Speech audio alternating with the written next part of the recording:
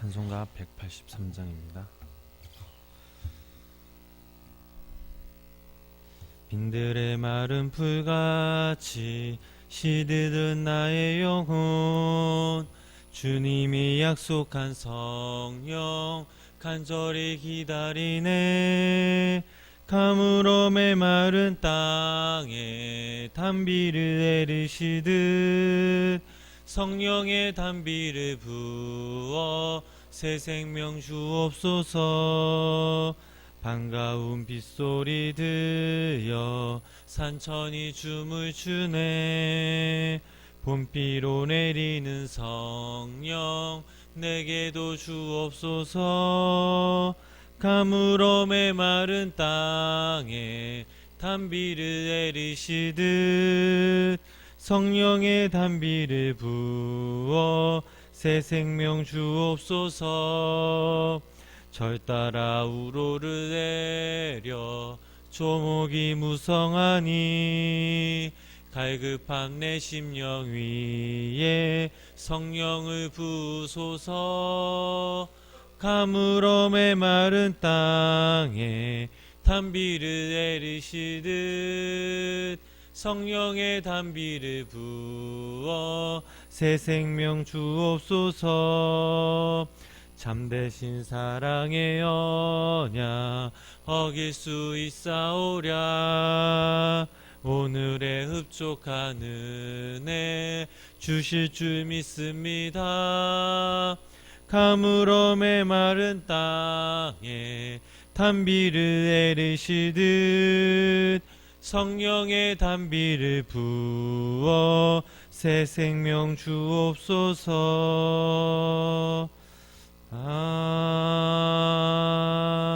아멘. 시간 사도신경으로 신앙 고백 드리시겠습니다.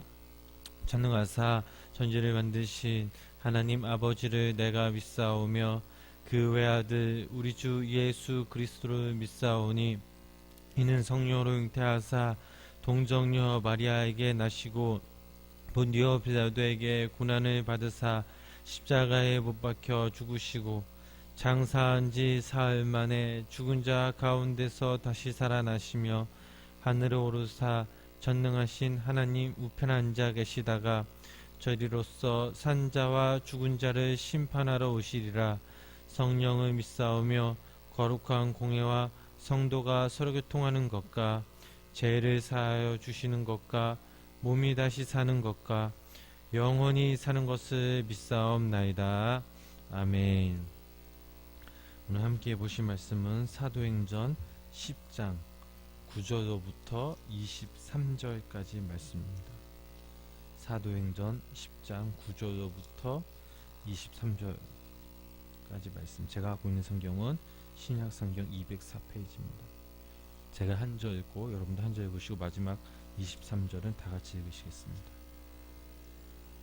이튿날 그들이 길을 가다가 그 성에 가까이 갔을 그때에 베드로가 기도하려고 지붕에 올라가니 그 시각은 제6시더라.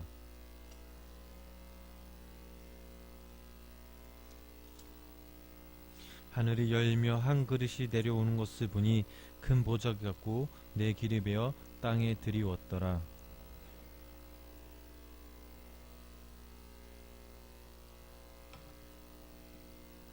또 소리가 있으되 베드로야 일어나 잡아먹어라 하고는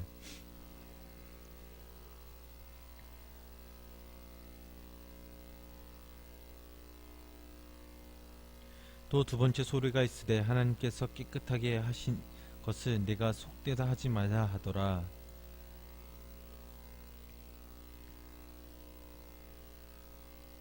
베드로가 본 바 한 상이 무슨 뜻인지 속으로 의아해하더니 마침 고넬료가 보낸 사람들이 시몬의 집을 찾아 문 밖에 서서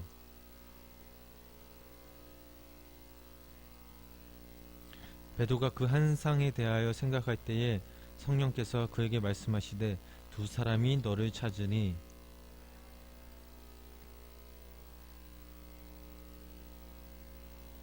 베드로가 내가 그 사람들을 보고 이르되 내가 곧 너희가 찾는 사람인데 너희가 무슨 일로 왔느냐.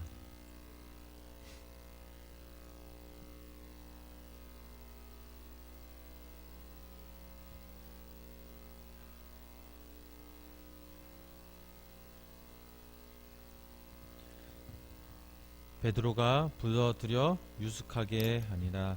아멘. 지난 시간에는 우리가 고넬료에 대해서 함께 말씀을 나눴습니다. 그는 어떤 사람이었습니까?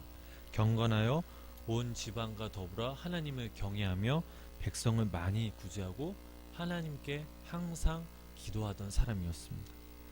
이방이었던 고넬료는 하나님을 경외하였지만 그 예수 그리스도의 복음을 직접 전해 듣지 못했습니다.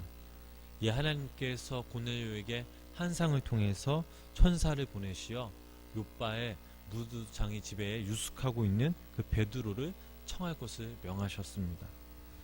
환상을 보고 든 고넬료는 하나님의 말씀에 즉시 순종하여 자기 집안 하인 2명과 또 병사 1명 가운데 총 3명 사람을 뽑아 욥바로 보냈습니다. 욥바는 가이사랴에서 50km 정도 떨어진 곳이었습니다.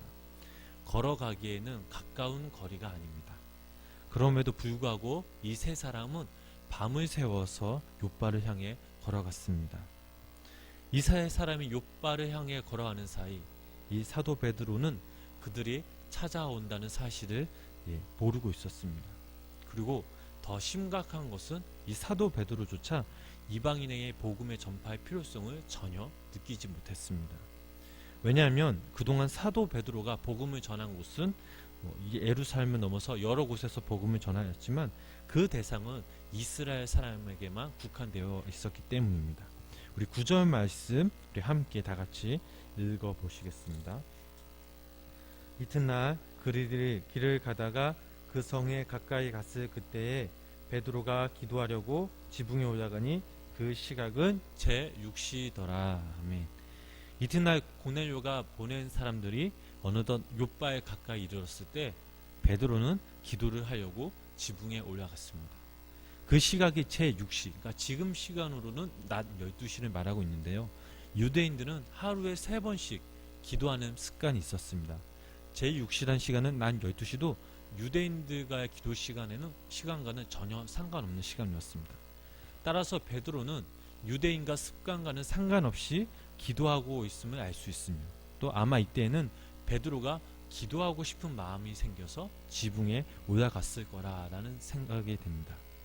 또한 하나님께서 베드로를 준비시키기 위함임을 알 수가 있습니다. 한 가지 우리가 더 궁금한 것이 있다면 왜 굳이 지붕으로 올라가서 기도했을까라는 사실입니다. 이 당시 팔레스타인의 가옥 형태를 보면 그들의 집의 모양은 직사각형의 모형이었는데 그 지붕은 저녁에 시원한 바람을 또 즐길 수 있는 평평한 자리로 만들었다고 합니다.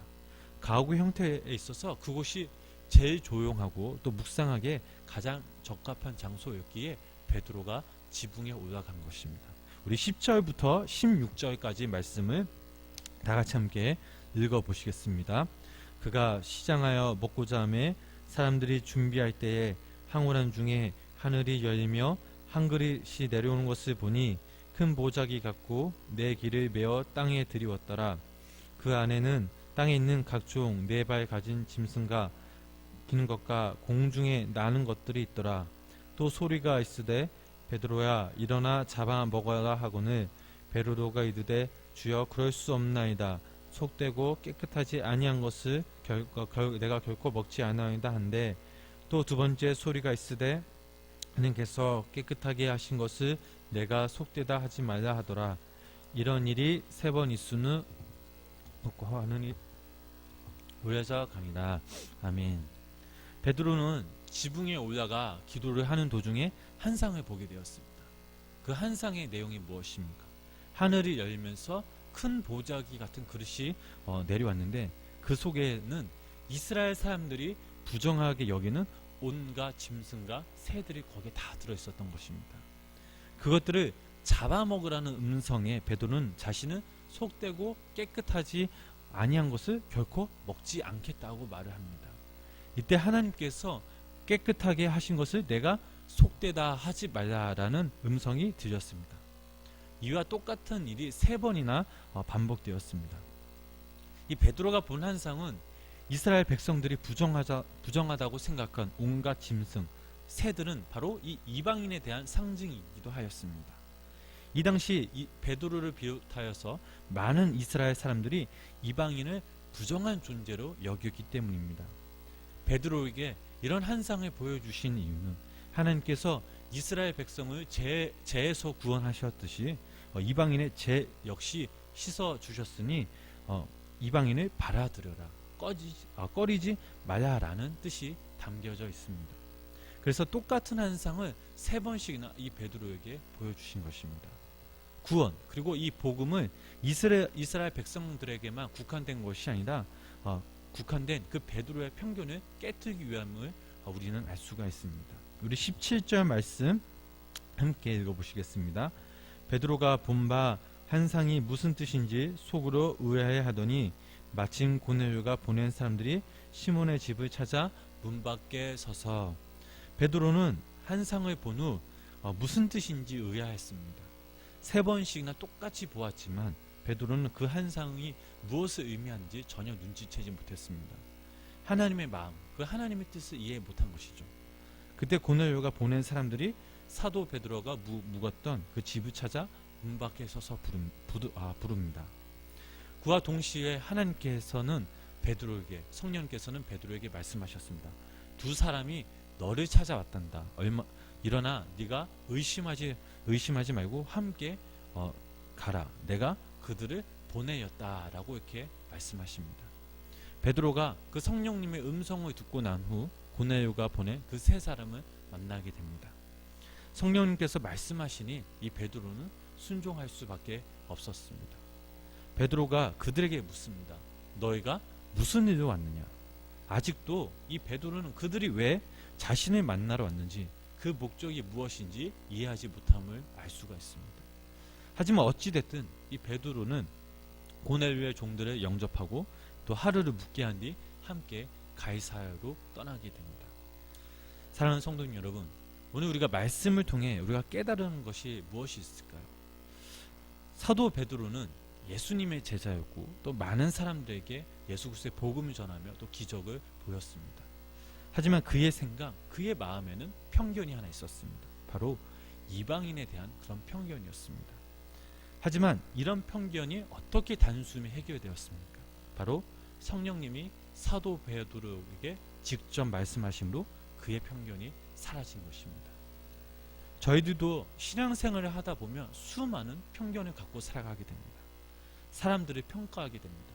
또 내 뜻이 다 맞다고 주장할 때가 한두 번이 아닙니다.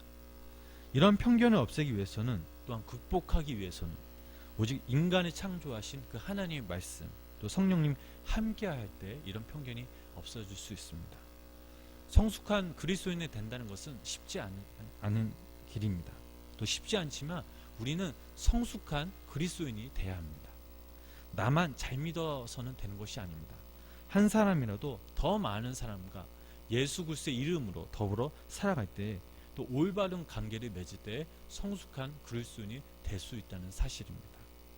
신앙생활 하시면서 사람과의 관계 속에 자유롭게 인간 대 인간으로 서로 존중하며 살아가고 싶다면, 그렇다면 나부터 먼저 하나님과 말씀 속에서 또 성령 가운데 그 사람들과 함께 인간관계를 맺어야 될 줄 믿습니다. 내 스스로가 먼저 이렇게 살아가다 보면 상대방도 내 마음 또 내 진실을 받아줄 거라 생각이 됩니다. 한 가지 더 우리가 생각해 볼 것은 오늘날 많은 그리스도인들이 교회 의식에 너무 집착한다는 사실입니다. 하나님께서 원하시는 것이 무엇인지 분별하지 못함으로 오히려 서로 마음이 다치는 일이 생기거나 편견이 생긴다는 사실입니다.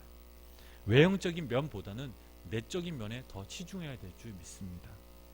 주님께서 원하시는 일이 무엇인지 분명하게 인식을 해야 되고 신앙생활 해야 될 줄 믿습니다. 바라옵기는 우리 여기 모인 우리 성도님들이 하나님 안에서 편견이 없으며 사랑으로 늘 감싸 안으며 이해해주며 예수 그리스도의 생명으로 사랑으로 믿음으로 늘 승리하시길 주님의 이름으로 축원합니다. 기도하시겠습니다. 은혜의 주님, 거룩하고 복된 주일을 맞이하여 저희들이 오늘 이 새벽에 주님의 전에 나와 하루의 시작을 예배를 드리게 하심에 감사를 드립니다. 한 주간 주님의 은혜로 사랑으로 저희들을 인도하여 주셔서 저희들이 무사히 잘 보낼 수 있음을 고백합니다. 때론 우리의 믿음이 약하여 넘어지거나 지칠 때도 있지만 그럴 때마다 당신의 사랑으로 긍휼로 저희들을 감싸 안아주시고 일으켜 주심에 감사 찬양드립니다. 저희들이 믿음 생활하면서 외적인 모습의 치중보다는 내적인 모습에 더 가꾸어 내 마음속에 내 모습 속에 늘 주님을 모시고 살며 사랑으로 이해하며 성경주는 우리 성도님 될 수 있도록 인도하여 주시옵소서. 우리의 생각과 우리의 마음 속에 다른 사람들에 대한 편견을 깨트려 주시고 그리스도의 마음으로 성령님이 이끄시는 대로 순종하며 살게 하여 주시옵소서.